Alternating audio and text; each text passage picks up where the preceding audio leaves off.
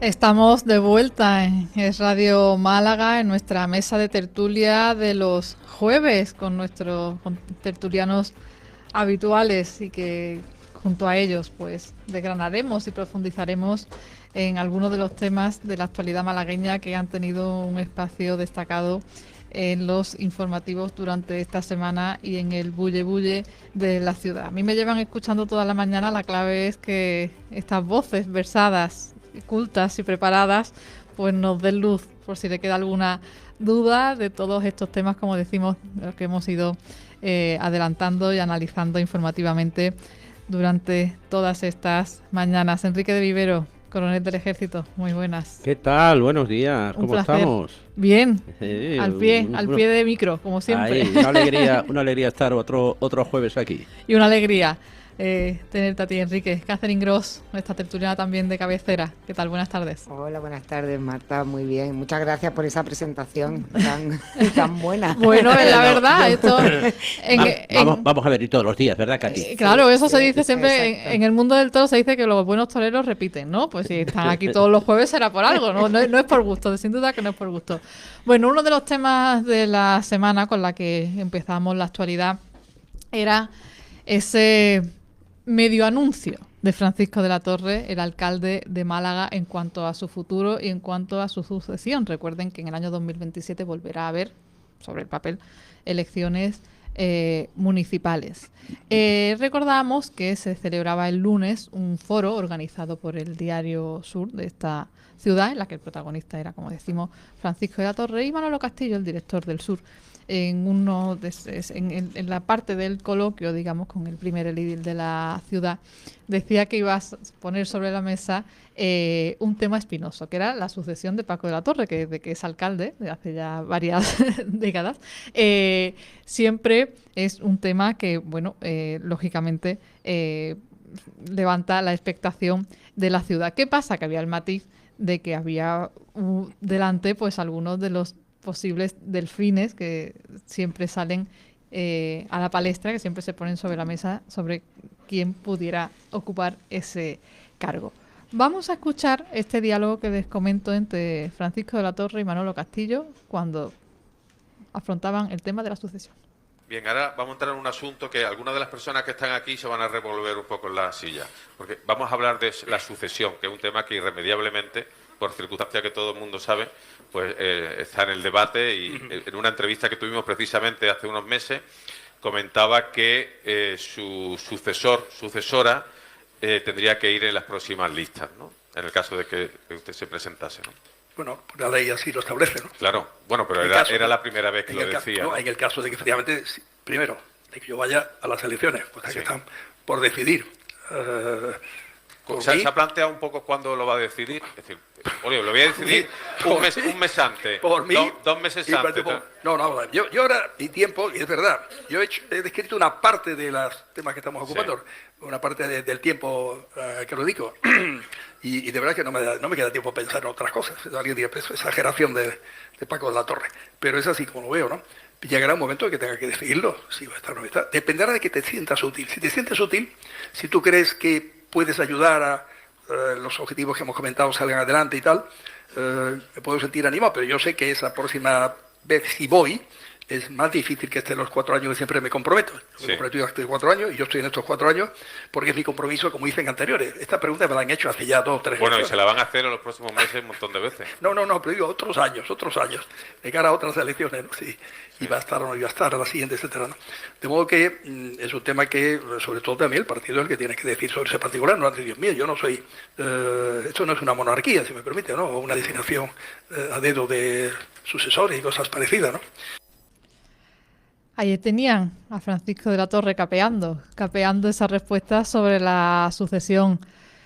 Catherine Gross, Enrique, ¿quién rompe el hielo y cómo lo rompe? Bueno, a mí la verdad es que hablen de la sucesión no es algo que me guste, eso es como para los reyes, ¿no? Que sea un tema secreto, que no lo sé, nunca lo saben. Yo entiendo que en un sistema democrático esto debería de ser algo más de cara al público. Pues no sé, pues mire, vamos a tener unas primarias o unas reuniones y vamos a ver a quién designan. A mí me gustaría que fuesen los ciudadanos, quién quiere que los ciudadanos, los militantes, los que... pero parece que es que él es el que va a decidir quién decide quién es el sucesor. Lo que estamos viendo, lo que la gente se da cuenta, desde mi punto de vista, yo siempre hablo como ciudadana, es que el ciudadano no tiene nada que decir en este caso.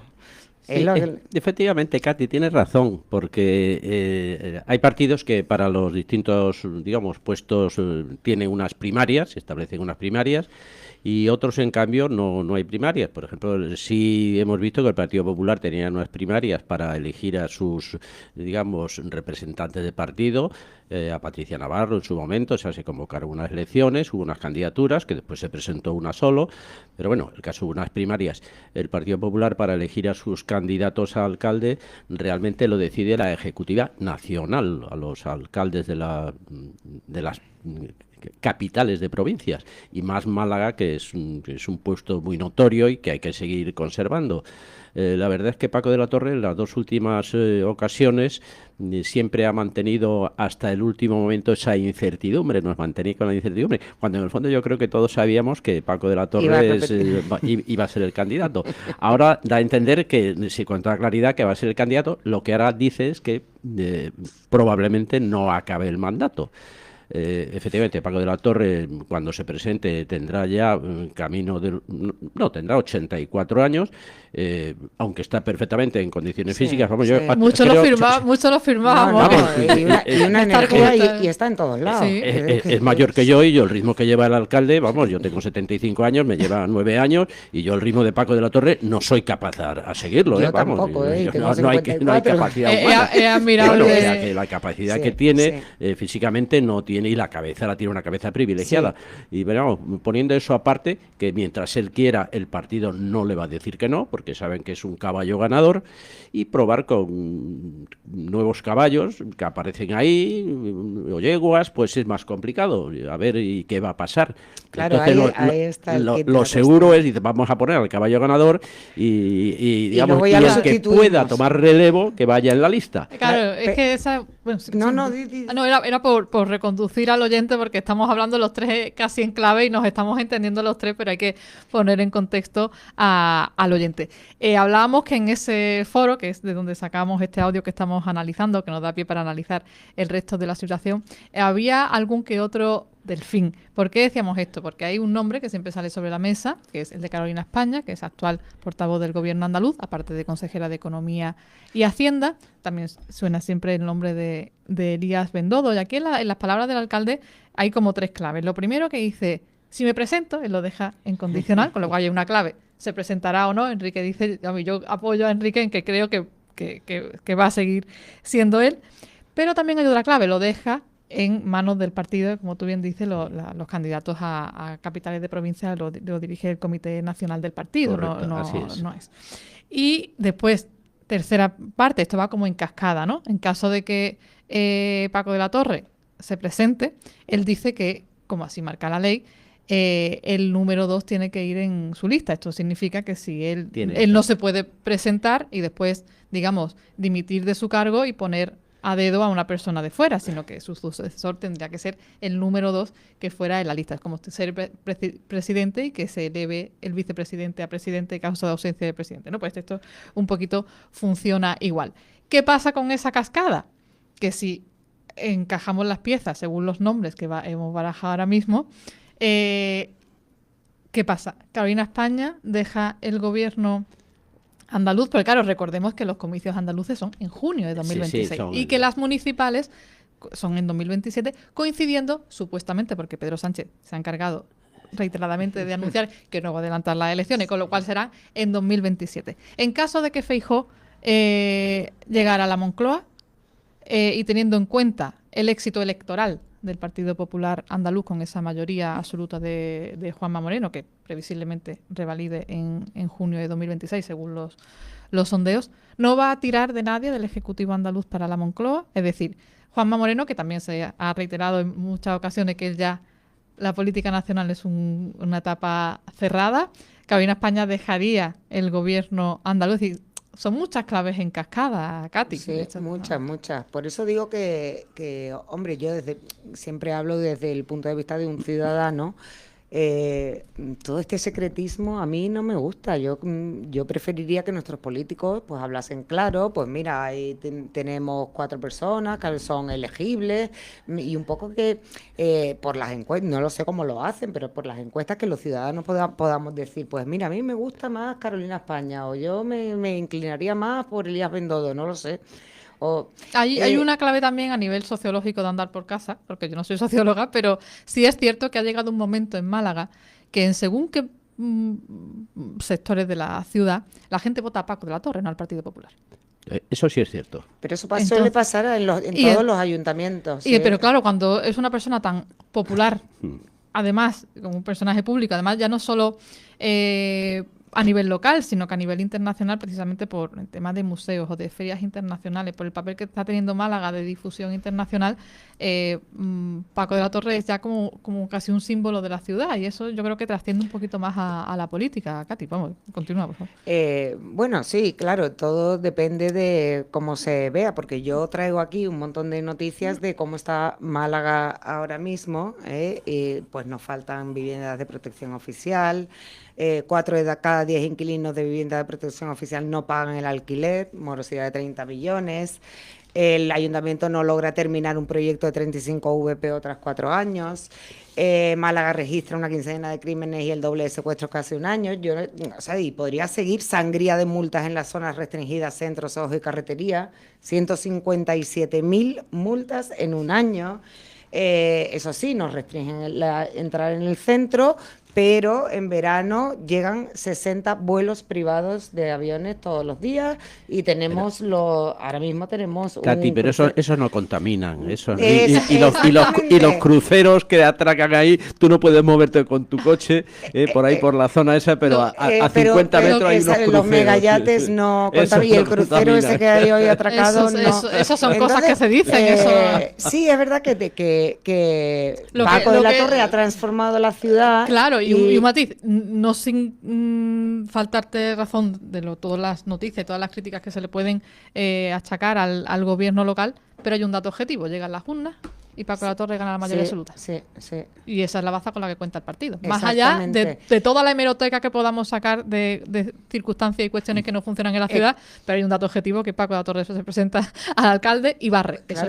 Claro, y por eso a lo mejor no lo quieren quitar. Porque, como decía, es un caballo ganador, que decía Enrique, si lo cambian, puede ser que no saquen tan buenos resultados. Pero lo que sí es cierto es que Paco de la Torre llegará un momento en que decida no seguir. 25 años lleva, 4 años, es que nos vamos casi a 30 años. O 30 años, sin ir más lejos, serían digamos, de vida política a cargo de la ciudad. Con lo cual, yo creo que efectivamente en esta, sí, Paco de la Torre en las listas llevará a su sucesor. Sí. ¿Qué pasa? Que yo creo que ahora mismo el Partido Popular tampoco... Tú sabes que cuando sueltas un nombre a la palestra acaba quemado si lo sueltas demasiado pronto. Bueno. Entonces no hay que quemar al candidato. Esto es como los papas, ¿no? Se dice que quien entra papa sale cardenal, porque no... Así es cierto. Pues aquí igual, el que entra candidato ya sabe que el que entra de alcalde o alcaldesa se puede quedar fuera. Y entonces nadie quiere... Carolina España está muy bien situada en la Junta de Andalucía como consejera de Economía y Hacienda. Y es cierto que siempre ha sido una papable a la alcaldía. Sí, pero ahí siempre anduvo el tema, igual que Elías Bendodo, Bendodo también, pero pensando a futuro, si el partido, como las elecciones, digamos, autónomas de Andalucía van a ser el año que viene, yo estoy convencido que Carolina España repetirá en la Junta, no hay ninguna duda. Pienso, un pensamiento, no tengo yo, pero vamos, por lo que puedo saber, seguirá ahí, en ese puesto. ¿Y qué sucederá cuando al año siguiente, en el 27, nos encontremos con que hay que formar las listas a las generales y a las municipales? Va a haber un movimiento. Ahí es donde va a ahí, estar ¿por qué? Porque si a alguien le ofrecen ser ministro, no quiere ser alcalde. por muy bonito que sea ser alcalde de Málaga o alcaldesa. Y también la máxima dentro del mundo político, sea la sigla que sea, de deberse a la voluntad del partido. El partido está claro que va a jugar, es determinante. Sí, el partido ya tiene sus sondeos, eso sí lo sé, tiene sus sondeos de personas que podremos sacar si esta persona es la que proponemos, y entonces está en el tiempo de descuento de con quién podemos sacar mayor número de votos, porque en el momento que se sepa es si Paco de la Torre ya ha confesado que él no va a durar todo el mundo sabe que en un momento determinado, al cabo de un año, de 2 años, el sucesor o sucesora va a entrar, con lo cual todo el mundo va a mirar en la lista quién va a ser y se tendrá que saber. Y entonces es un poco una alcaldía interina la que va a desempeñar en ese momento Paco de la Torre, porque todo el mundo estará viendo cómo termina.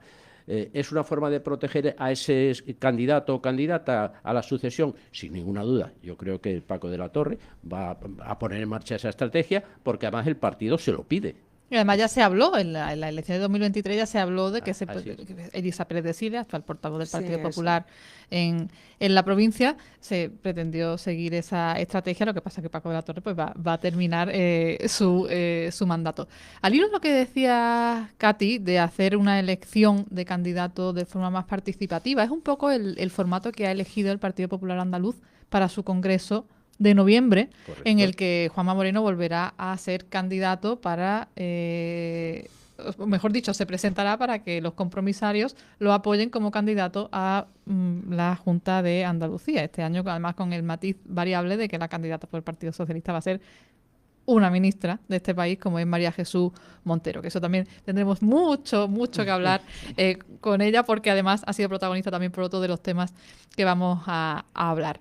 Y decía Juanma Moreno, Katy, que bueno, va a haber 2 conferencias, precisamente una de carácter económico guiada por Carolina España, pero que sí va a abrir a las voces de instituciones, tejido asociativo ajeno al Partido Popular, para que, digamos, todas las áreas de la sociedad trasladaran al partido cuáles son las inquietudes en general de los andaluces. Es cierto que esto apela también a una ley de partido, y como decimos, los candidatos a las capitales es el Comité Nacional, pero es cierto que para otras elecciones se apela a un sistema mucho más abierto, que es quizás por la línea por la que tú apostabas, ¿no?, de cara a elegir alcalde, ¿no? Sí, bueno, yo apuesto por un sistema político bastante más abierto. Porque, bueno, lo que tú decías ahora mismo, que Juanma Moreno aboga por hablar con asociaciones. Yo, con todo el respeto... Apelo a lo que él mismo anunció el otro día. Con todo el respeto, yo creo que a lo mejor si hablara con los dueños de olivos en Jaén, los dueños de las expropiaciones forzosas en Antequera, en Granada, en Casares, en Coín, el tema de Vega Mestanza, no lo sé, no sé qué es lo que le dirían, pero claro, si tú vas a hablar con los que te van a regalar el oído, pues entonces poco hacemos. Creo que lo que se debería de hacer es precisamente hablar con los que, digamos, están, no voy a decir en contra, sino los que con quienes no les gusta. Voces críticas, o desde luego ecuánimes, que puedan también enseñarle una realidad que a lo mejor desde el punto de vista de uno que está estrictamente ceñido a sus siglas, pues a veces se le escapan, ¿no? Exacto. Entonces yo creo que hay mucha gente muy molesta por muchas cosas que se están haciendo desde la Junta de Andalucía, especialmente las expropiaciones forzosas, y bueno, no sé si ese tema lo va a abordar con alguna asociación o no, pero creo que debería, es muy importante. Debería abordarlo. Yo creo que son cosas que, igual que tú comentas, que el candidato o la candidata, por lo menos los afiliados del partido, a nivel, digamos, de Málaga, deberían tener derecho a opinar quién quiere que sea su candidato. No creo que lleguen a escucharlos, o sea, no. Independientemente de que haya unas simpatías por una persona o por otra, lo estamos viendo que aparece en Carolina España, que hasta hace un par de años no se barajaba, como de repente ha emergido, ha empezado a aparecer por todos los sitios. parece ser que quieren. Yo creo que el partido está jugando a ver qué reacción hay digamos, en la ciudadanía, en nuestros afiliados. Ensayo-error, ¿no? Sí, ensayo-error más allá de los sondeos objetivos, ¿no? La ponemos en primera fila a ver qué pasa. Tiene buena simpatía, sintoniza con la ciudadanía, lo cual sí es cierto. Pero vamos, ¿qué pasaría? Porque también ahí tenemos a Elisa Pérez de Siles, que estaba ahí muy bien situada. Tampoco ella nunca se ha postulado como alcaldesa, ella se postuló en su momento como para estar ahí en el puesto de, digamos, de segundo de Paco de la Torre, pero ahí está, hizo una labor magnífica.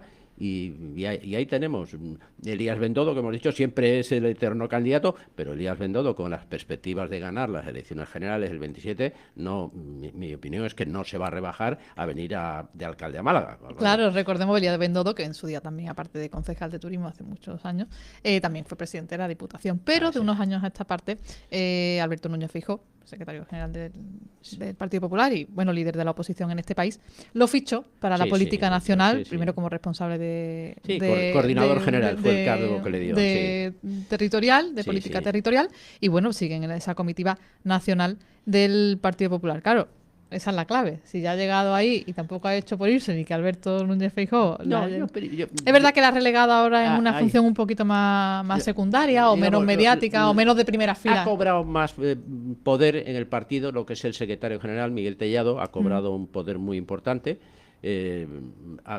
Digamos, a Cuca Gamarra la han relegado en este aspecto y se le ve, por lo que sea, porque el partido quiere mostrar una postura de más dureza y Miguel Tellado es más agresivo. También ha vuelto a sacar a una luz más pública a Juan Bravo, el anterior ministro de Economía. En fin, tirando de Andalucía, es que claro, estamos en la clave, tiramos de Andalucía. Claro. Yo entiendo que tienen que tirar de aquellas personas de donde han acreditado su valía y que además son conocidos. No se nos oculta que en Andalucía se mueven 9 millones de habitantes, es la autonomía mayor, o sea que hay que tener en cuenta que... Es como una partida de ajedrez muy interesante, que habrá que seguir, a ver la estrategia, a ver qué movimiento hace. Esto se mueve entre bambalinas, se está llevando probablemente sin que nos enteremos y de lo que digamos probablemente no acertaremos nada. Igual al final sale un tapado, una tapada y aparece espontáneamente. Porque yo creo que sí están jugando a ver qué pasa con determinados nombres, si provocan rechazo, a continuación harán sus sondeos los partidos. Estoy convencido porque los partidos tienen que hacer eso. Oye, a ver este presunto candidato o candidata, ¿qué opina? ¿Qué se opina de esto? Estarán haciéndolo, sin duda. Si no lo hacen es que lo están haciendo mal. Sí, pues eso es lo que yo decía del principio, pero que deberían hacerlo más transparente. Claro, más de acceso al ciudadano, que al fin y al cabo es que luego tiene que depositar su voto y los ciudadanos deciden en quién de esas personas, o en cuáles de esas personas confían el futuro de sus vidas y el día a día de su vida. ¿En qué lista hecha por el partido? Sí, que hay que buscar una cosa. El partido, el nombre que salga, digamos, sus afiliados, normalmente, la mayoría, votarán al candidato que haya elegido el partido. Lo que busca el partido siempre es qué rechazo provoca en esos indecisos o en la oposición. Si provoca demasiado rechazo, no es interesante, porque no puede acumular el número de votos. Entonces, están examinando qué rechazo puede provocar determinado candidato o candidata. Están en ese impasse. El factor sorpresa también lo utilizó Pedro Sánchez hace 7 años cuando nombró de ministra a personajes muy conocidos por otras esferas que no eran estrictamente la política, cuando fichó a Pedro Duque de ministro, cuando fichó a Maxim Huerta, que duró 15 días, pero fue ministro. Que al final otro vendrá que bueno te hará. Sí. Claro. Porque al final Maxim Huerta, que solucionó sus problemas con Hacienda, que no quiere decir que no cometiera un error en su momento, pero desde luego es una minucia en comparación con todo el aparato de corrupción que se está desmantelando y descubriendo alrededor del gobierno de Pedro Sánchez. Y de Pedro Sánchez vamos a hablar a continuación, hilando con todo lo que hemos venido hablando, porque Pedro Sánchez vino el domingo 14 a apoyar a María Jesús Montero en su camino hacia la Junta de Andalucía. Recordemos, María Jesús Montero es ministra de Hacienda en el actual gobierno de Pedro Sánchez, pero anunció que ella sería la candidata a presidir la Junta de Andalucía en sustitución de Juan Espada, cuyo sanchismo yo creo que le cavó su propia tumba en Andalucía. vino Pedro Sánchez en calidad de presidente del gobierno por la mañana a visitar unas obras de vivienda de protección oficial en el entorno de Teatinos, y pasada la mañana pues lo hacía en calidad de líder del PSOE nacional para apoyar, como decimos, a María Jesús Montero. ¿Y cuál fue la clave de todo esto? La vivienda. La vivienda, ya que Pedro Sánchez anunció que revocaría 8.000 pisos turísticos en Málaga, de manera que todo ese equipamiento inmueble pasará a poder disponerse para la ciudadanía y para las familias necesarias. Todo esto en un ambiente de crispación, por supuesto que al día siguiente, por supuesto, llegó la contrarréplica por parte del Partido Popular. Lo escuchamos también en el informativo del martes. Una crítica basada en dónde están todas esas viviendas que cuando Daniel Pérez, apoyado por Pedro Sánchez durante todo este tiempo en los mítines de las municipales de 2023, se prometían a la ciudadanía de Málaga que no han llegado, y ahora de repente, sin llegar, siguen prometiendo más, ahora a un nivel superior, porque ya es a nivel autonómico, puesto que ahora el PSOE le interesa relanzar a María Jesús Montero, que ya fue consejera de Sanidad y no con buena prensa en el gobierno andaluz, va a ser ahora la candidata a presidir la Junta de Andalucía. Entonces, dentro de todo este Frankenstein de ideas y todo, la vivienda es la clave de todo esto. Katy, tú lo decías, hay un déficit de vivienda, según qué postura política. La crisis de la vivienda también viene agravada por ese éxtasis de viviendas flexibles, que es el eufemismo para los apartamentos turísticos, también con ese porcentaje de los nómadas digitales, ¿no? De aquellas empresas o aquellos trabajadores que vienen de otros países con unas rentas muy superiores a la renta malagueña y que se pueden permitir, entre otras cosas porque se lo paga la empresa, permitir alquilar un piso en la ciudad, y eso va mermando el parque inmobiliario a disposición del ciudadano, que cada vez tiene más dificultades para encontrar una vivienda, algo que viene recogido en la Constitución. Bueno, pues este es el puzzle que a raíz de la visita de Pedro Sánchez ha vuelto a estallar y ha vuelto a sobreponer sobre la mesa. ¿Qué pasa? Que en el horizonte, en enero, pues está previsto que se apruebe la ley estatal de vivienda, la que decía Patricia Navarro ayer, su delegada del Gobierno de Andalucía, que bueno, es verdad que está redactada, pero que siempre hay un margen de mejora. Catherine Gross, Enrique de Vivero, ¿dónde está ese margen de mejora? ¿Qué nos puede traer la ley de vivienda estatal?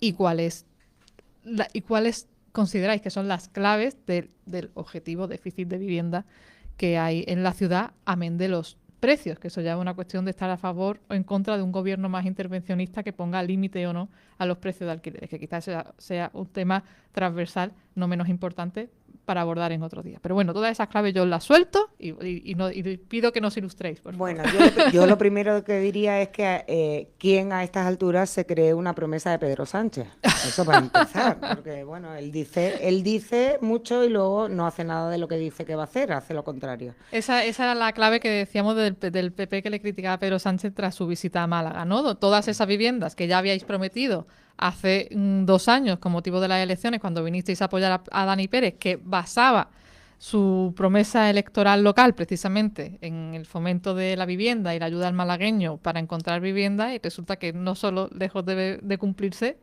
aumentamos esa promesa no cumplida, como bien apuntaba Catherine. Luego, los pisos turísticos son el chivo expiatorio. En los pisos turísticos no es el problema de la vivienda. Aquí hay un problema del que nunca se habla, y es la cantidad de impuestos que cobra la administración por edificar un edificio, un piso, una casa. Son los que más se llevan ellos se llevan casi el 30% de los beneficios de edificar una vivienda, entre la licencia de obra, el IVA, la licencia de primera ocupación. Los ayuntamientos son los que se encargan de liberar suelo. Entonces, claro, que a quién, como los políticos no han estado haciendo su trabajo y tenemos un déficit de vivienda, y ahora es un problema que preocupa mucho a los españoles y a los malagueños en general, porque los precios están subiendo de manera descontrolada. ¿A quién culpamos? A los pisos turísticos. Pero la gente que tiene pisos, que tiene viviendas en alquiler, no los pone en alquiler turístico porque ellos quieran, es porque saben que tienen una garantía de que nadie les va a ocupar su vivienda y la van a poder recuperar. Un turista viene 3 días, 2 días, una semana, 2 semanas y luego se vuelve a su casa.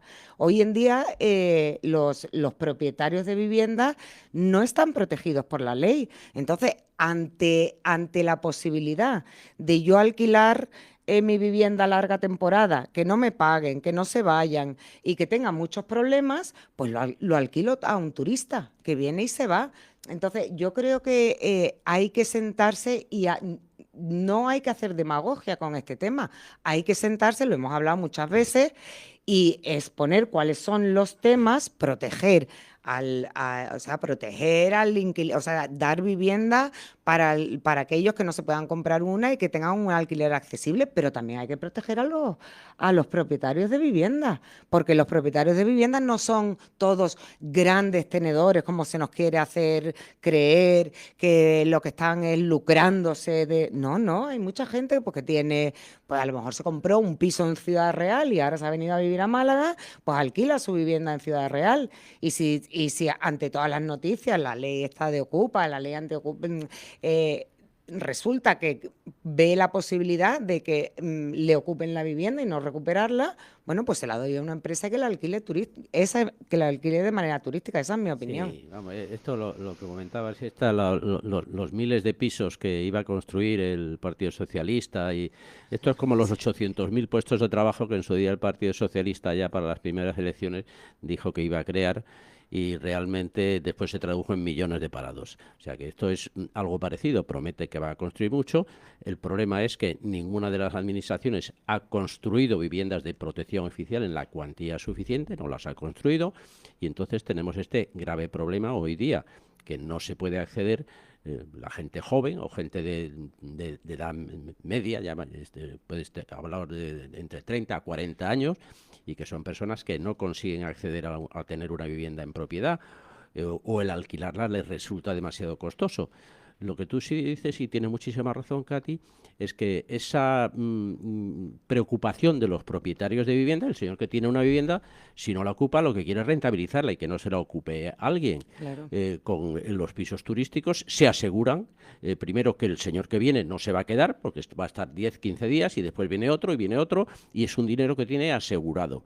Con lo cual, yo entiendo a esos propietarios. ¿Qué sucede? Que el problema de hoy día es que hay muchas viviendas que no se dan a alquiler, porque los propietarios tienen miedo. Tienen miedo De que se le meta alguien dentro que después no les paga. Y la ley está, como después se declare insolvente social, pues es que ahí estás tú pagando el piso, todos los gastos que tiene. Con lo cual, creo que el secreto empieza por proteger primero al propietario. Claro. Y bueno, y luego que la justicia es lenta, que si llevas el caso a la justicia, la justicia es lenta. Eso es agotador. Y no nos olvidemos que luego los ayuntamientos son los que liberan suelo. Entonces, si los ayuntamientos y las administraciones liberasen suelo, no habría problema. Si la construcción de viviendas se abaratese por parte de los impuestos, que como tú muy bien has recalcado, se les aplican a las grandes constructoras o a los pequeños constructores, que tampoco tenemos que hablar de los fondos de BlackRock y eso, que que hay pequeñas constructoras que se dedican a construir y a sacar algo de rentabilidad. Entonces, creo que lo que hay que hacer es empezar a hacer eso, no como la ley de la vivienda prevé, empezar a intervenir, a coartar, voy a echar los pisos turísticos. Pero vamos a ver, el alcalde de Málaga ya ha aplicado una moratoria de 3 años de que ya no va a haber, durante 3 años no van a aceptarse más pisos turísticos. Ha dado el frenazo. Y es cierto que hay muchos, pero por lo que estamos comentando, por esos problemas que hay de un tipo y de otro. Eso es lo que os iba a decir. Claro, es que aquí la cuestión, puesto que las 3 administraciones fundamentales tienen competencia en vivienda, ya sea a nivel estatal el Gobierno, a nivel autonómico a través de la Secretaría General de Vivienda de la Junta de Andalucía, o a nivel local, a nivel ayuntamiento, en cuanto a la liberación de suelo, a ser el propietario del suelo de la ciudad, más allá de a lo que se destine, claro, se enfrentan aquí también ideologías muy contrarias a la hora de lo que significa la propiedad privada, es decir, o lo que es el intervencionismo de las administraciones en las actividades económicas privadas. Entonces, claro, ¿cómo se llega a un acuerdo? Es decir, si Feijóo y Pedro Sánchez no se ponen de acuerdo en llamar a lo de Gaza genocidio o matanza, y por eso no me pongo de acuerdo, porque no utilizamos la misma palabra, aunque los dos estamos de acuerdo en que esto tiene que acabar más tarde, mañana, ¿cómo lo vamos a poner de acuerdo en una actividad económica que mueve tantísimos millones de euros en este país y a nivel europeo, como es el tema de la vivienda? Es que se vende muy bien eso de decir, todos los jóvenes tienen derecho a la vivienda y van a tener vivienda, poco menos que gratuita. Pero nadie estructura un sistema pero social nadie, económico que favorezca Claro, ese acceso, ¿no? Y no se ponen a trabajar seriamente y decir, mira, nos sentamos aquí y hasta que no lleguemos a la solución idónea, que no sé si es liberar mucho suelo, quitar los impuestos a la primera vivienda. Katy, yo creo que es un poco de todo. Es un poco de tienes todo. que ir liberando suelo, bajando impuestos, después protegiendo al propietario que quiera protegiendo al alquilar. propietario, con lo cual hay que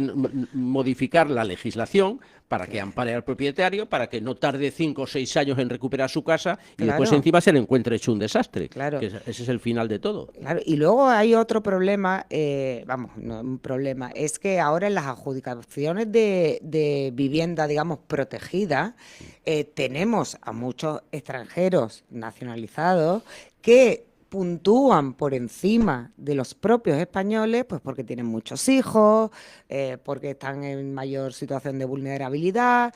Entonces, eso también crea un desequilibrio muy fuerte con todas aquellas personas españolas que llevan todos muchos años pagando sus impuestos. Yo no lo sé. Y de todas formas, Katy, vamos, como yo ya soy muy mayor, tú eres joven, hay una cosa que sí está claro. La pérdida de poder adquisitivo que hemos tenido en España es brutal, es tremendo. Y entonces, ¿qué sucede ahora?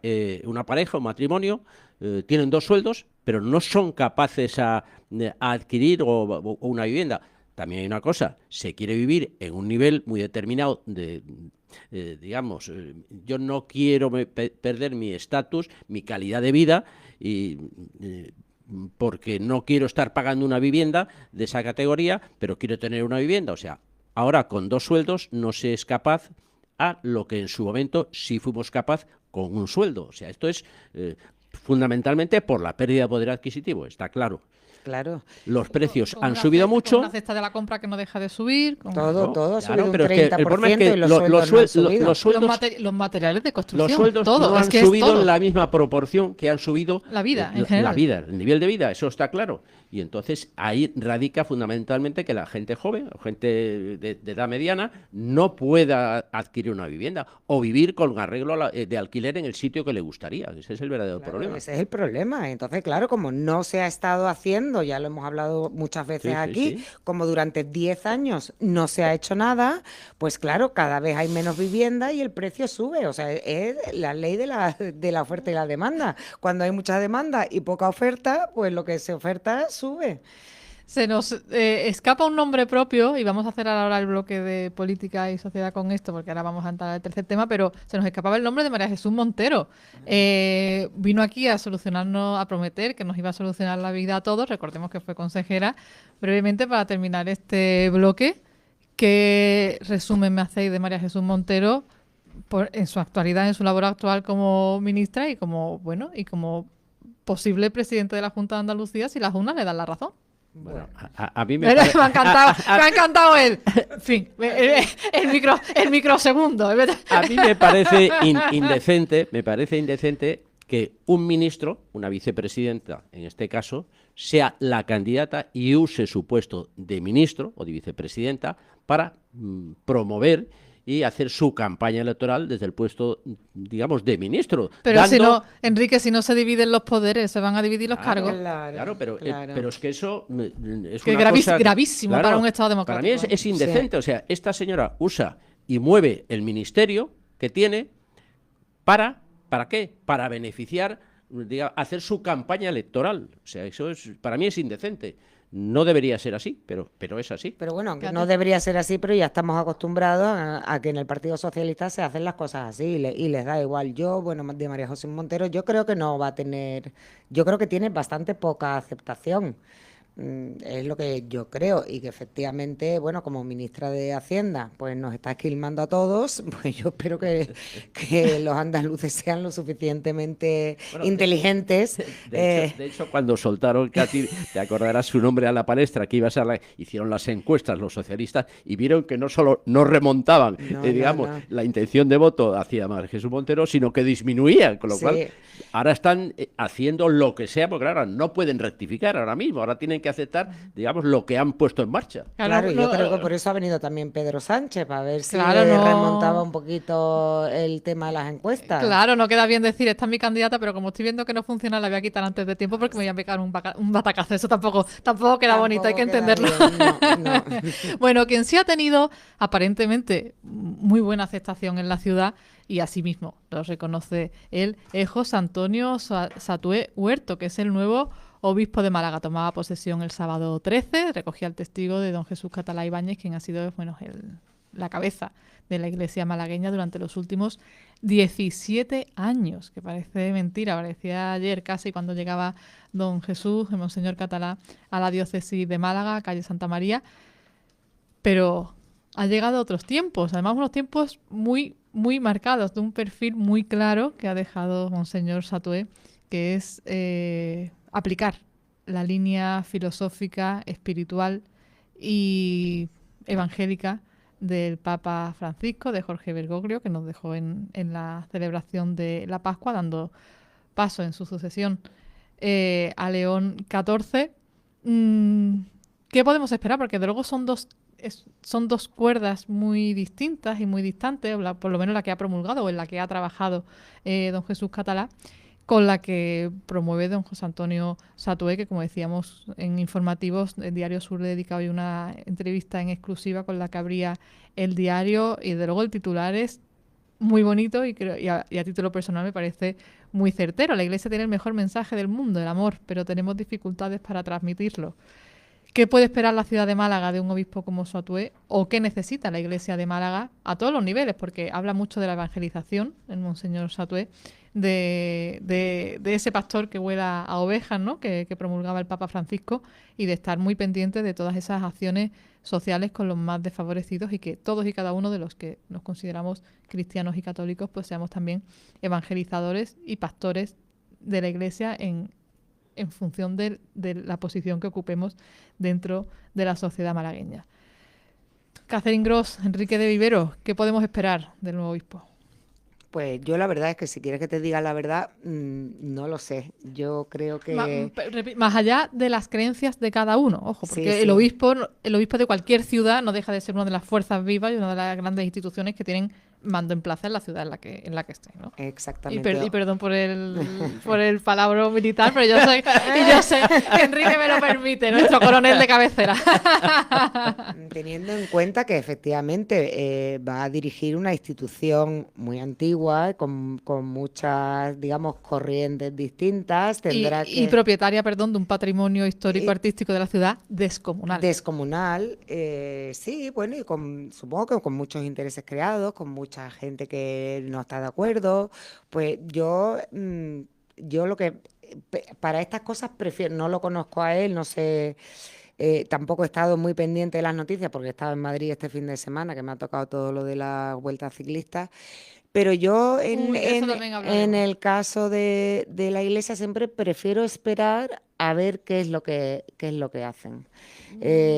Claro, Su misión es muy difícil porque, claro, pues el Evangelio, ayudar a los pobres, pues intentar, claro, cada día hay menos apego, ¿no? Con la religión, no lo sé, muchos jóvenes están desvinculados de la Iglesia. Respecto a lo de vamos a ir viendo qué va haciendo y luego vamos Sí. analizando, que tú planteabas, yo pongo sobre la mesa dos gestos, que uno salió de la propia homilía de toma de posesión allí en la catedral el sábado, y otro del encuentro informativo que tuvo el lunes con los medios de comunicación de esta ciudad.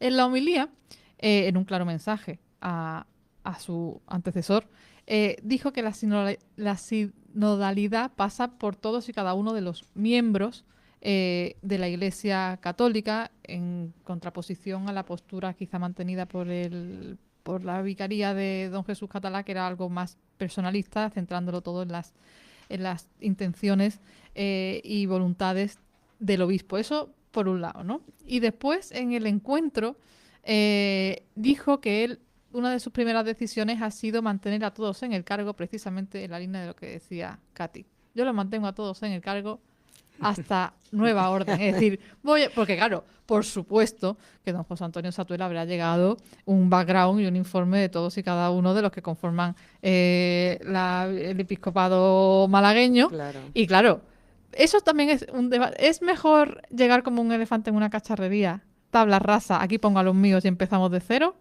¿O es mejor ser un poquito más conservador en ese sentido de voy a ir viendo que siempre están los viernes de los nombramientos diocesanos y hay que estar muy pendiente ahora de los viernes más que nunca a ver esos cambios si se producen o no? ¿Qué pensáis? ¿Ha sido conservador? ¿Ha sido prudente? No, yo creo que, inicialmente es lo que creo que se debe hacer. Inicialmente, cuando llegues a algún sitio, observas durante un tiempo cómo funciona, quiénes están, si las personas que están son de las que merecen tu confianza, si es de la línea que tú tienes de pensamiento que vas a llevar a cabo, y en función de eso, a lo mejor en los próximos meses vemos algún cambio.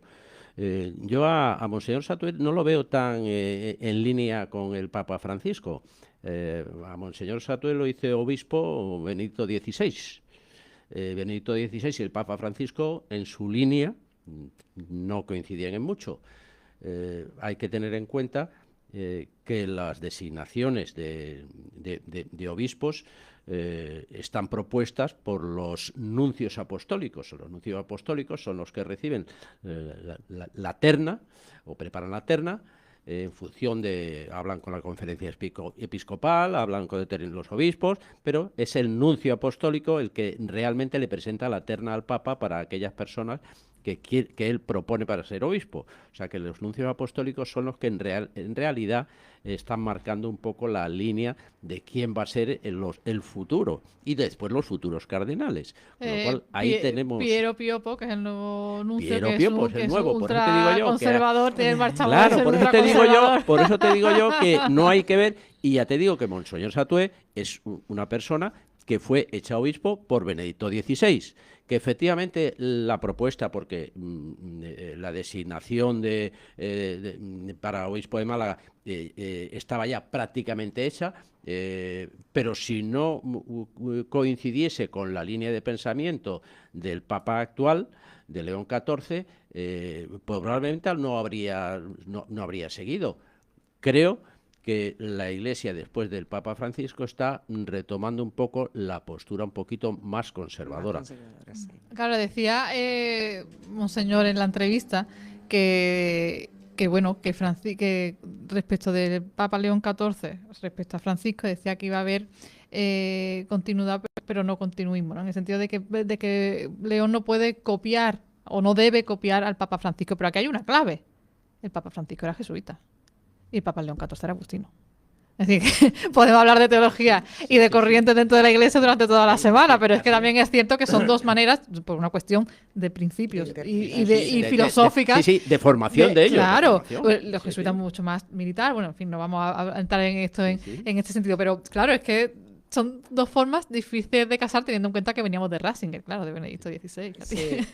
Hay una cosa que yo he extraído de esta, en la homilía suya, una frase que dice Monseñor Satué, dice: no hemos sido llamados para optimizar recursos ni para mejorar nuestra imagen, mucho menos para proteger privilegios. Nuestra vocación no es conservar espacios, sino promover procesos de liberación, de justicia y santidad, especialmente entre las personas marginadas. Exacto. Con lo cual, esto es de su primera homilía, o sea que a lo mejor no creamos que es un señor tan de la línea de Francisco. O sea, hay que, como dice Katy, vamos a ver qué es lo que va pasando.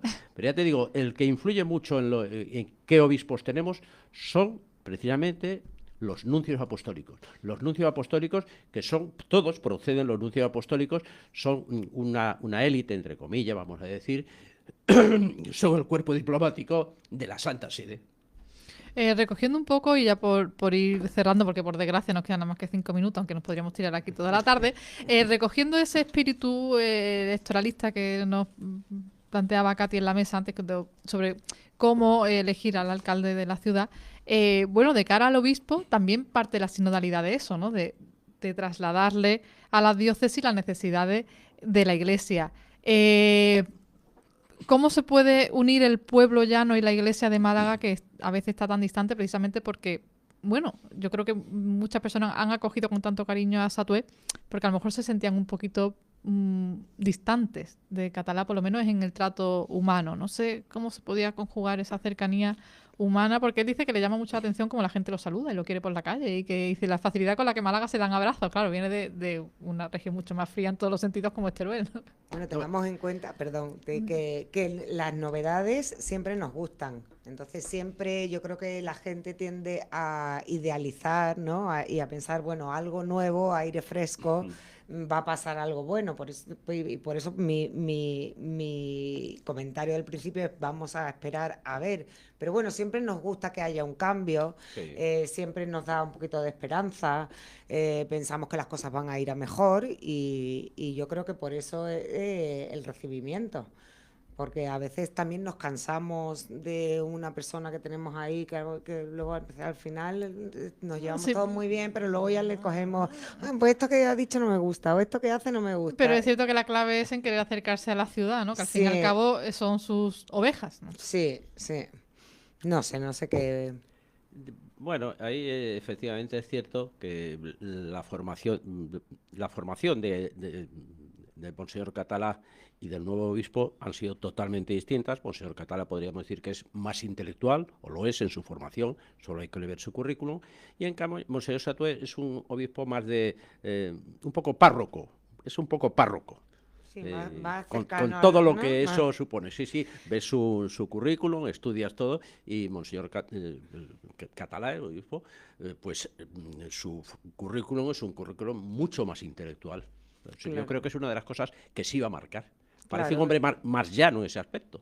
Claro, y si está Y por- probablemente de más participación en las parroquias, que es una de las cosas que tiene que hacer, patear y recorrerse todas las parroquias. Es que la gente quiere participar. Claro, por eso te hacía yo esa sí, pregunta la antes, porque al gente fin y al cabo, si empiezas quiere de las estar- parroquias, empiezas de abajo hacia Claro, arriba. la gente quiere estar implicada en lo que pasa en su parroquia, en su barrio, en su ciudad.